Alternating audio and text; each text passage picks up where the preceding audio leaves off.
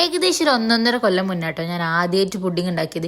സംഗതി എന്തായാലും ഫ്ലോപ്പായി പോയി. ഇനി അതിന്റെ ശേഷം പിന്നെ ഞാൻ ഈ സാധനത്തിലേക്ക് തിരിഞ്ഞു പോലും നോക്കിയിട്ടുണ്ടായിരുന്നില്ല. എടുത്ത് ചൈന ഗ്രാസിന്റെ അളവ് തെറ്റിയുണ്ടാട്ടോ സംഭവം കൈമൊന്ന് പോയത്.